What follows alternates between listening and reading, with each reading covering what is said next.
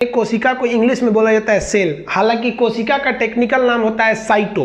अब इस साइटो का अध्ययन करिएगा तो हो जाएगा साइटोलॉजी। तो कोशिका को जब भी बायोलॉजी में पढ़ा जाएगा तो सेल नहीं कहा जाएगा, सेल इसका इंग्लिश नाम है, बायोलॉजिकल नाम होता है साइटो। साइको नहीं, साइको माने पागल होता है। साइटोलॉजी क्या हो जाएगा, इसका अध्ययन। देखिए कोशिका जो होता है ना, बहुत लड़कों को लगता है एक शरीर का सबसे छोटा अंग है, ये सबसे बड़ा गलत बात है। ये सबसे छोटी इकाई है, यूनिट ऑफ सेल है, न कि part of unit of body है। ये पार्ट सबसे छोटा पार्ट नहीं है। ये हम लोग आप खुद ही समझ जाएंगे कि सबसे छोटा अंग और सबसे छोटी इकाई में अंतर क्या होता है। कोशिका की जो खोज किया था, यानी जो जनक थे वो रॉबर्ट हुक थे।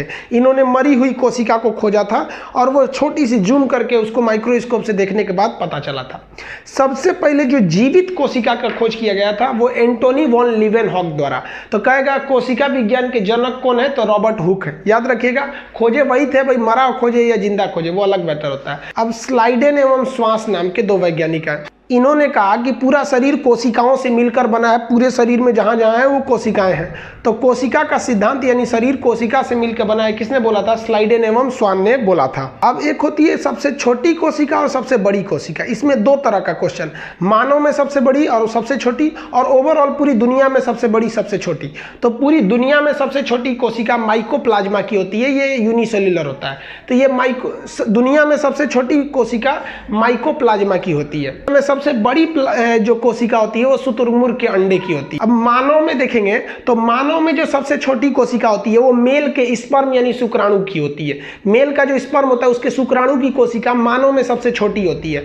और यही मानव में अगर सबसे बड़ी कोशिका की बात करेंगे तो मानव में सबसे बड़ी कोशिका फीमेल के ओवम यानी अंडाणु की होती है। तो फीमेल का ओवम सबसे बड़ी कोशिका और मानव में मेल का सबसे छोटी कोशिका कह देगा तो वो स्पर्म हो जाएगा। मेल का स्पर्म वो सबसे छोटा और फीमेल का ओवम वो सबसे बड़ा हो जाएगा।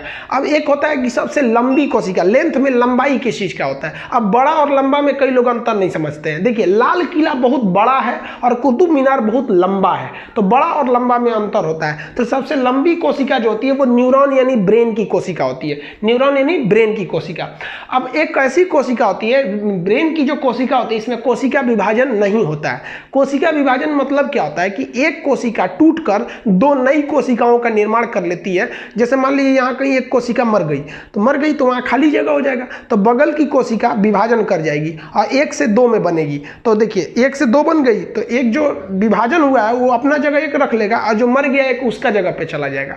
तो क्षतिपूर्ति हो सकती है। जो ब्रेन की कोशिकाएं होती है ना, न्यूरॉन सेल, इसमें कोशिका विभाजन होता ही नहीं है। इसलिए अगर आपके ब्रेन के अंदर चोट लग गया ना तो वो ठीक नहीं होने वाला है। यहाँ मारिए तो ऊपर ठीक है चलेगा, और तेज मार दीजिए फूट जाएगा, चमड़ा खून निकलेगा सही है, और हड़ाहे मार दीजिए हड्डी फूट जाएगा ठीक है, और अगर हुमच दिए ना तो चला गया वो ब्रेन के अंदर, अब वो ठीक नहीं होने वाला है। इसलिए पुलिस ना आपको कहती कि बबुआ तू हेलमेट पहन, क्योंकि इसमें कोशिका विभाजन सेल डिवीजन नहीं होता है। एक बार लगा ना तो हमेशा के लिए डिलीट हो जाओगे, रिसाइकिल बिन में भी नहीं मिलोगे।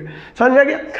अब बात करते हैं सबसे तेज विभाजन कहाँ होता है। जहां विभाजन नहीं वह जगह टूटने फूटने के बाद ठीक नहीं होगा, और जहां विभाजन सबसे तेजी से होगा वहां पर बहुत जल्दी टूट फूट को रिकवर किया जा सकता है। तो सबसे तेज कोशिका विभाजन लीवर होता है। हम ये लीवर में भी बता दिए थे बहिर्स्रावी ग्रंथि नाम के चैप्टर में। लीवर जो होता है अगर लीवर को काट दीजिएगा ना तो अपने से ठीक हो सकता है। तो क्वेश्चन भी पूछता है वह कौन सी कोशिका है जो अपने क्षतिपूर्ति को स्वतः ठीक कर सकती है, यानी क्षतिग्रस्त कोशिकाओं को ठीक कर सकती है, तो वो लीवर कर सकता है। और ब्रेन में कोशिका विभाजन नहीं होता है। समझ में आ गया। यहाँ बड़ा छोटा ओवरऑल में है और यहां बड़ा छोटा मानव में है। अब बात करते हैं कोशिका का मेन अध्ययन चालू करते हैं। जैसे देखिए अगर आप किसी ईंट को जोड़ते जाइएगा तो वो दीवार बन जाएगा। अब दीवार में तो ऐसा नहीं है केवल ईंट ही लगता है, सीमेंट भी लगता है, मसाला भी लगता है, बालू भी लगता है, लेकिन केवल ईंट का भी खड़ा कर सकते हैं, थोड़ा सा दीवार कमजोर हो जाएगा। तो मेन यहाँ देखिए ईंट को जोड़ेंगे तो क्या बन गया, दीवार। कई सारे दीवार को जोड़ेंगे तो क्या बन जाएगा, एक रूम बन जाएगा, कमरा। और रूम को सिस्टमेटिक सजा देंगे तो बन जाएगा घर। इसी तरह हमारा ह्यूमन बॉडी भी है। आप कोशिका को जोड़िएगा तो बन जाता है टिश्यूज यानी उत्तक। कोशिका को जोड़ेंगे क्या बनेगा, टिश्यूज यानी उत्तक। और उत्तक को जोड़िएगा तो वो बन जाएगा अंग। जैसे हाथ पर एक अंग है, आंख भी अंग है, जीभ भी अंग है, तो ये सब उत्तक है। सब हड्डी भी एक अंग है, वो भी उत्तक है। अब इन अंगों को जोड़ देंगे तो पूरा का पूरा क्या बन जाएगा, शरीर बन जाएगा। समझ में आ गया आप लोग को। कोशिका ये इतना चीज इसका